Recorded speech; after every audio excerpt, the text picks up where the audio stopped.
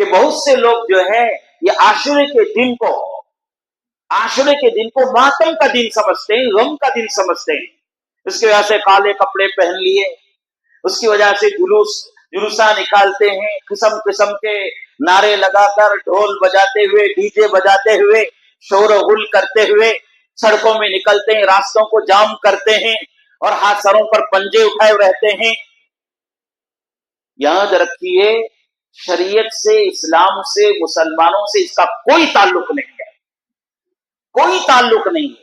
دراصل سیدنا حضرت حسین رضی اللہ عنہ کی شہادت پر حضرت حسین رضی اللہ عنہ کے دشمنوں نے یہ کیا تھا. جہالت میں نامعلوم ہونے کی وجہ سے مسلمانوں کے اندر یہ عمل داخل ہو گیا، کیونکہ حضرت حسین رضی اللہ عنہ کے دشمن بھی مسلمان کی طرح ہی تھے، دیکھنے میں مسلمانوں ہی کا کلمہ پڑھتے تھے، دونوں نے خوشیاں منائی. وہ جہالت میں لوگ شہادت کا دن سمجھ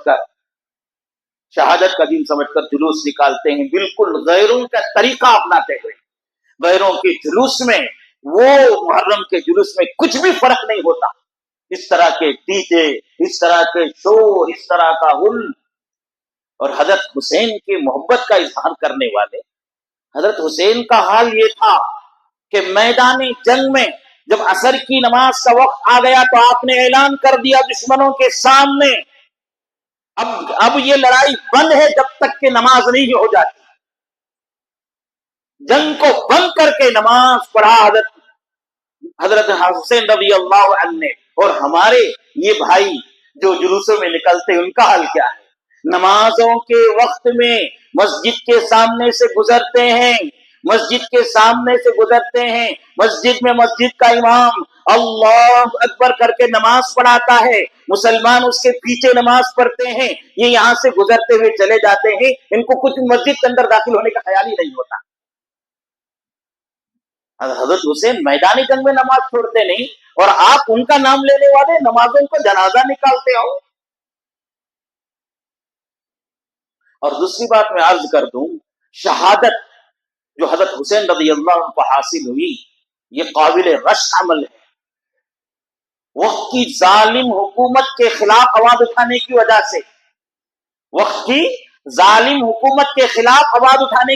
سے یہ جنگ کا واقعہ پیش آیا تھا.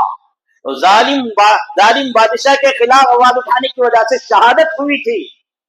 اور ہم کو یہاں سبق ملتا ہے، ظلم کہیں ہوتا ہے تو ہم کو کیا ہے، بلکہ کمانے میں، کھانے میں، پینے پڑے نہ رہیں، بلکہ حضرت حسین کی سنت پر عمل کر کے ہم بھی ظالم حکومتوں کے خلاف آواز اٹھائیں. ہاں، ماتم تو ان لوگوں پر کرو جو کفر اور شرک کی حالت میں ہی مر جاتے ہیں توبہ کرے بغیر. ماتم تو ان لوگوں پر کرو جو زندگی بھر مسلمان اپنے آپ کو کہنے کے باوجود نماز نہیں پڑھتے، 50 سال، 60 سال، 70 سال ہو گئے، نمازی نہیں بنے، بے نمازی ہونے کی حالت میں موت آ جاتی ہے. ان پر ماتم کرنا ہے تو ماتم کرو عورتوں پر جو مسلمان اپنے آپ کو کہنے کے باوجود نہ پردہ کرتی ہے، نہ حیا کرتی ہے، نہ پردے کا لحاظ ہے، نہ حیا کا لحاظ ہے، بے شرم ہو کر سڑکوں میں، پارکوں میں، شادیوں میں یہاں وہاں گھومتی ہے بے پردہ ہو کر، اور بے پردگی کے گناہ سے توبہ کرے بغیر مر جاتی ہے تو اس پر ماتم کرو.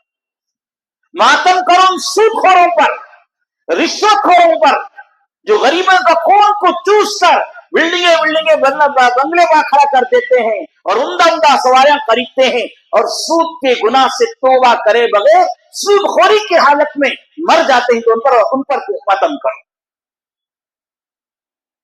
حضرت حسین رضی اللہ عنہ کی شہادت ماتم کے قابل نہیں بلکہ رشک کرنے کے قابل ہے، اس لیے کہ رسول اللہ صلی اللہ علیہ وسلم نے دعا مانگی تھی، یا اللہ مجھے شہادت کی موت عطا فرما.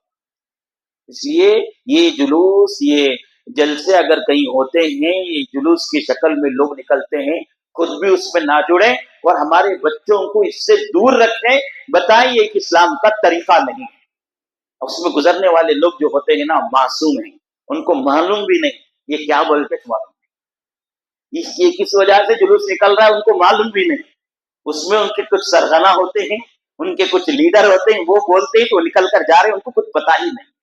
ہمارے بچے ایسے جاہل نہ بنے، ہمارے بچے ایسے جاہل نہ بنے، ہرگز ایسا نہ کریں. دعا فرمائیے اللہ تعالیٰ ہم سب کو عمل کی توفیق نصیب فرمائے.